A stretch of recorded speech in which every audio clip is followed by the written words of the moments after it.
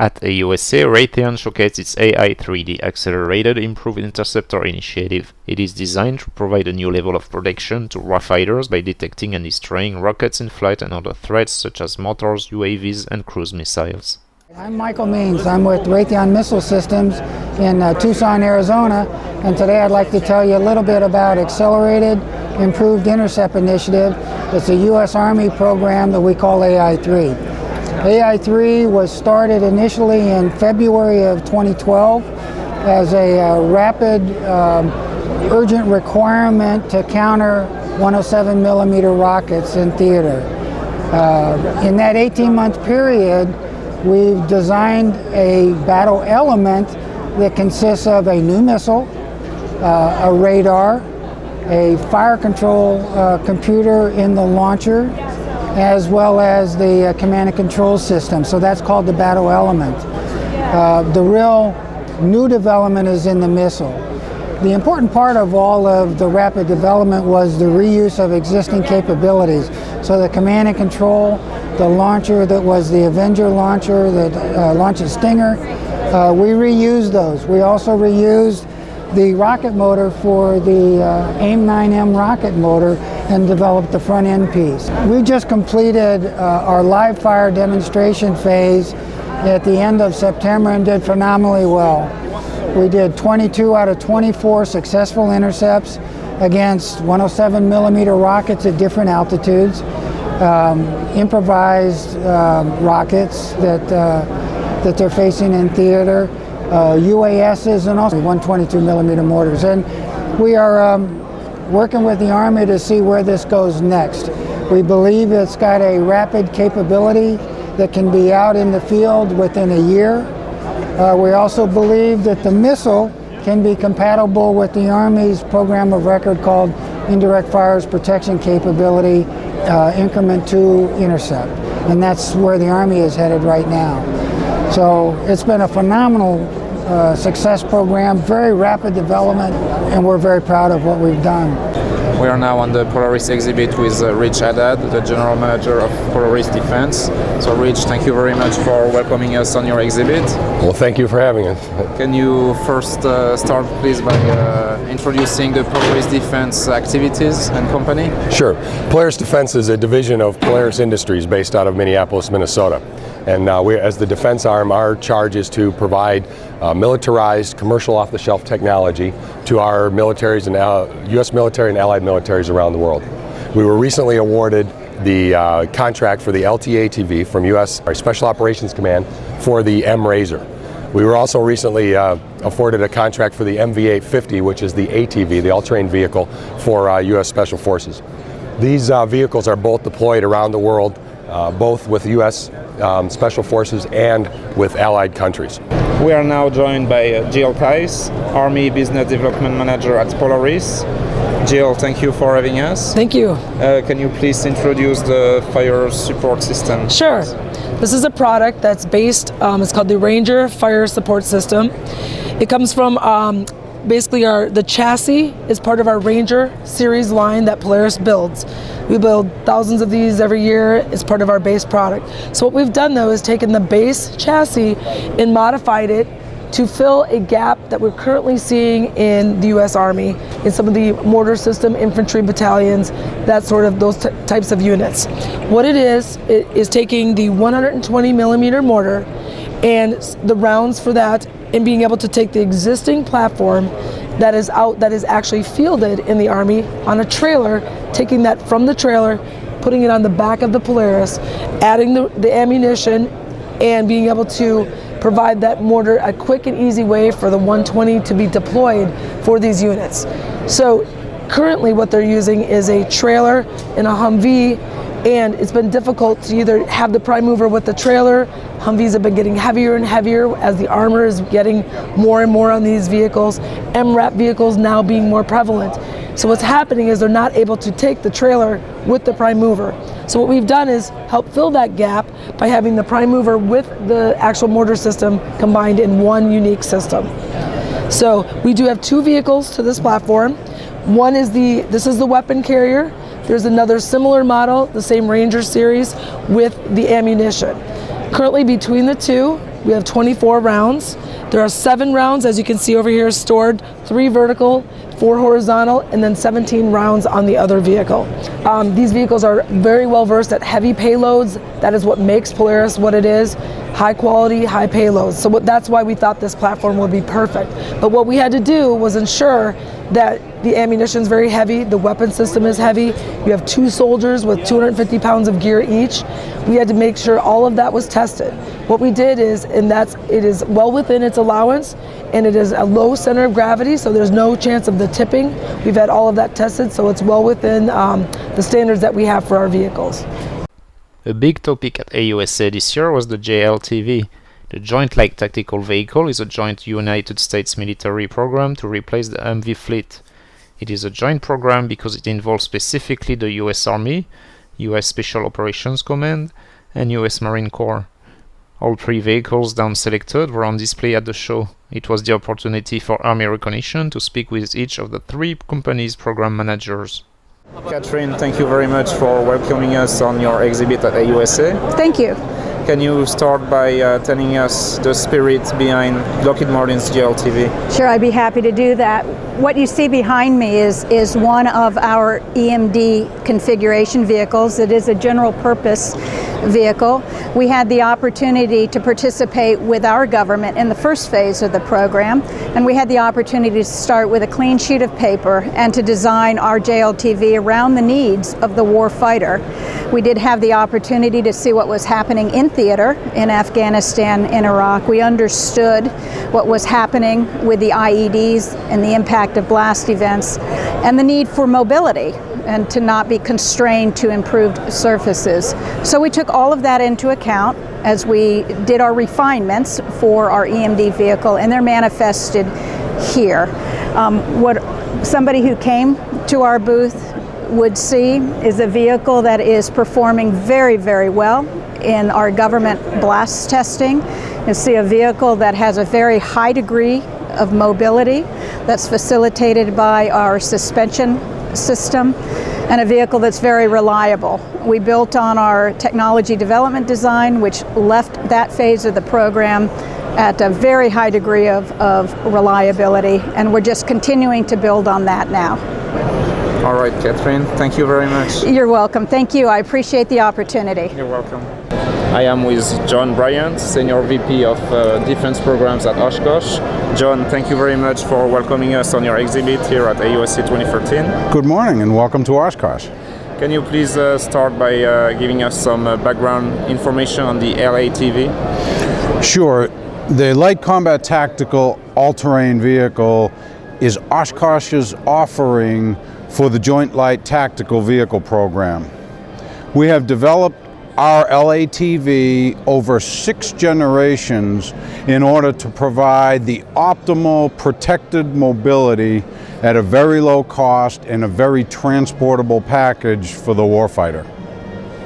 What do you think is the key benefit of the LATV? What the LATV brings to the table actually evolves directly from our MATV. Our MATV is serving proudly in theater right now, saving lives every day. And it really represents the benchmark of protected mobility off-road in theater.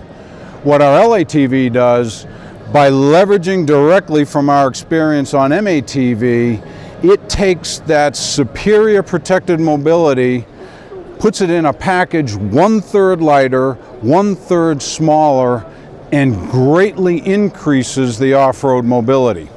And it does this all at a very low cost for the taxpayer. All right, John, thank you very much. All righty. We're on the AM General exhibit with Chris Fanslager, the VP for the JLTV program. Chris, in your opinion, what is, in terms of performance, what is the strong point, the key performance point of the Bravo?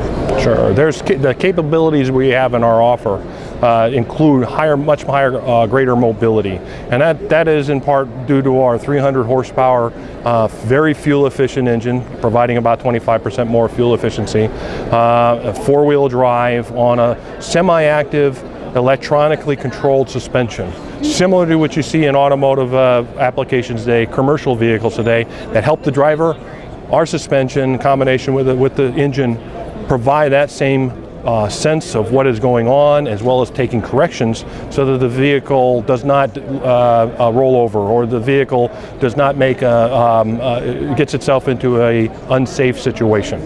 Beyond that, then we also have survivability. We have full 360-degree survivability in the Bravo. It's a unique application in that it's a kitted hull. It's modular, scalable, so that right now it not only meets the threat, but we're able to go ahead and quickly unbolt the hull and bolt it back together to be with greater protection should the threat change in a wartime environment. And we have various levels that are associated with it. So in a peacetime type of environment, we don't carry all the weight, and we can maximize fuel efficiency, improve reliability because you don't have a lot of weight on all of your suspension. Can you first start off by giving us some background information regarding this vehicle? Okay, this is our ground mobility vehicle for rapidly deployable forces. It is designed to be lightweight and small enough to be able to roll on and roll off a CH-47, MH-47 Chinook helicopter, again for rapid deployment. It's very lightweight and could carry its own weight and payload. It has multiple configurations for passengers, from 2 passengers all the way up to 9 passengers.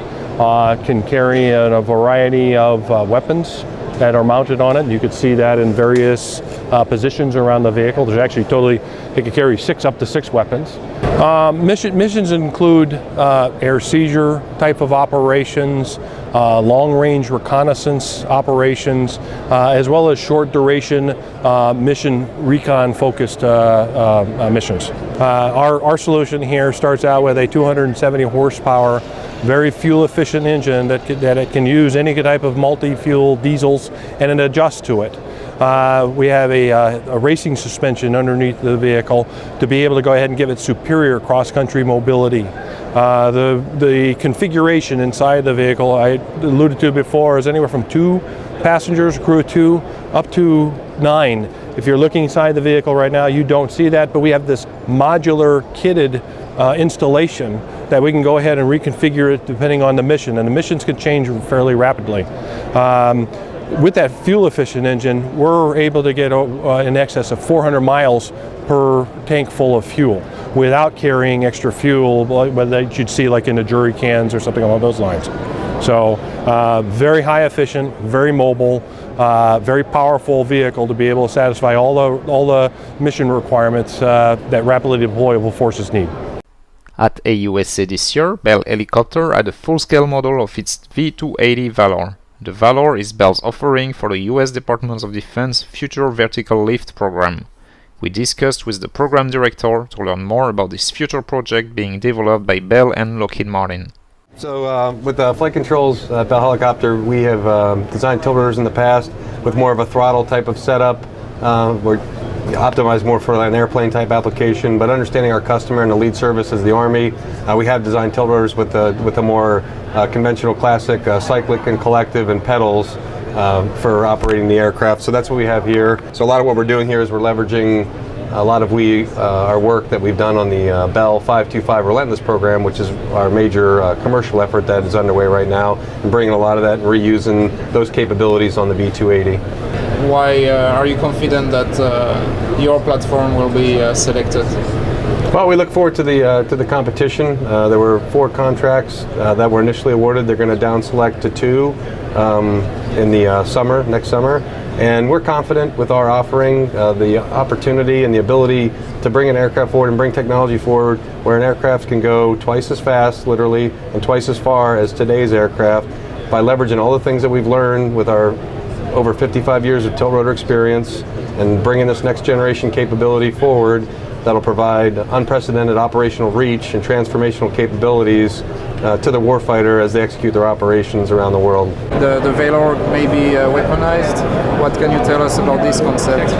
Sure, so when we talk about the Future Vertical Lift Program of Record, which is what this current effort, the Joint Multi-Role Tech Demonstrator, is the science and technology phase that's going to inform the requirements for the Future Vertical Lift Program. So when you look at that medium class of aircraft, you have utility aircraft like our demonstrator is. You also have the potential for attack aircraft and marinized aircraft. So this is a 1/12 scale model of a conceptualized attack variant aircraft. Working with our teammate Lockheed Martin and looking at a lot of their advanced munitions of what they would be developing as this aircraft moves forward. Right now we typically focus on a gun, a machine gun of some sort or cannon, rockets. Right now it's 2.75 inch typically are the rockets, and Hellfire missiles or the replacement for a Hellfire missile are the typical weapon systems that we're looking at. During AUSA, Textron Marine and Land Systems introduced the latest vehicle in its Commando 4-wheeled armored vehicle lineup. The new Commando Select 90mm direct fire vehicle was designed to meet growing international demand for significantly greater under-armor firepower integrated on a highly mobile armored vehicle.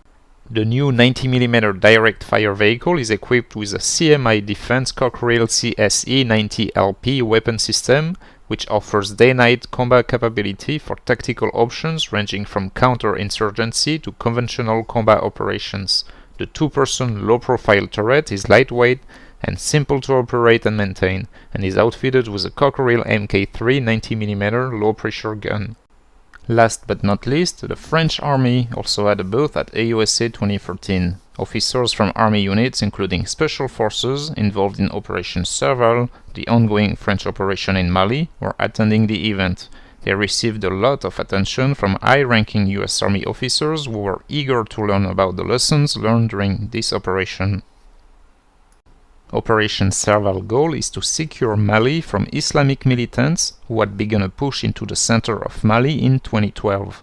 Operation Serval follows the UN Security Council Resolution 2085 of December 2012. At the peak of the operation, more than 4,000 French troops were involved. Operation Serval was unprecedented in its speed, number of troops, and distances involved. It showed the determination, ruggedness, and resourcefulness of French troops living and fighting in austere conditions. In Mali, boots on the ground were necessary to successfully close with and destroy the enemy.